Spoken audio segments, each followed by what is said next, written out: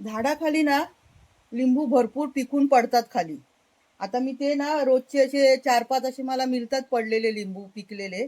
ते मी गोळा करते आणि मग सर्व 20-25 असे झाले ना, की छान त्याचं एक लिंबाचं लोणचं बनवते. मी एक व्हिडिओ शेअर केला होता लिंबाचा. त्यात मला असं म्हणालेत, की लिंबू पडलेले जरी असेल, तरी त्याचं लोणचं खूप छान होतं. कारण का मी ना सर्व लिंबू असे झाडावरून काढले आणि ते 4-5 दिवसात पिकले आणि त्यानंतर मी लोणचं बनवलं. पण ते लिंबू पिकेपर्यंत जरा ना ते सुकटले लिंबू. म्हणून साठी मी आता काय करणार, काढणार नाही लिंबू. जे काय खाली पडतात ना पिकलेले ते जमा करून ठेवते आणि मग जरा 20-25 झाली का त्याचं लोणचं बनवते. चला आता पण पडलेले लिंबू आहे तुम्हाला दाखवते.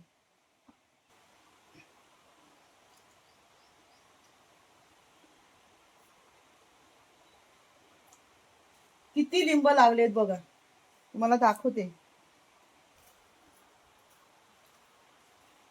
3 लिंब तर इथेच मिळाली मला पडलेली. आता दुसरीकडे बघते.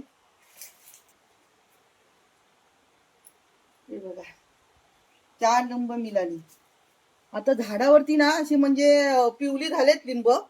ती उद्या पाडण्यापेक्षा मी आता काढूनच घेते. गिरकी घेतले मी सोबत. हे बघा आहे ना वरच लिंब पिकलेत. इथे पण पिकलेत बघा. मग आता हे उद्या पडण्यापेक्षा मी आताच काढून घेते ना.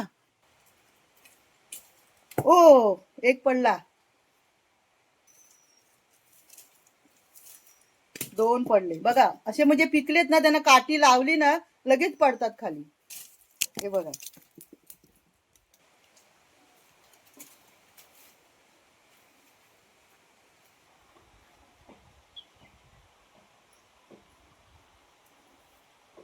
हे 4 लिंब आणि हे बघा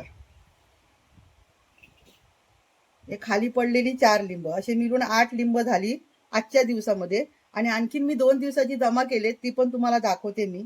मी हे 20-25 लिंबू असे झाले ना का त्याचं मी मस्त चविष्ट लोणचं बनवते. पण लोणच्याचा आपला व्हिडिओ आहे ना लवकरच आपल्या युट्यूब चॅनलवरती येईल. नक्की तुम्ही बघा. ही बघा ही 2 दिवसाची लिंब मी जमा केलेत. 3, 6, 9, 10 लिंब आहेत ही. आणि आताची काढलेली 8 लिंबू म्हणजे 18 लिंबू झाले. अजून जरा 1 दिवसाची बघते आणि मस्त एक बरणी छोटी बरणी भरून लोणचं करते.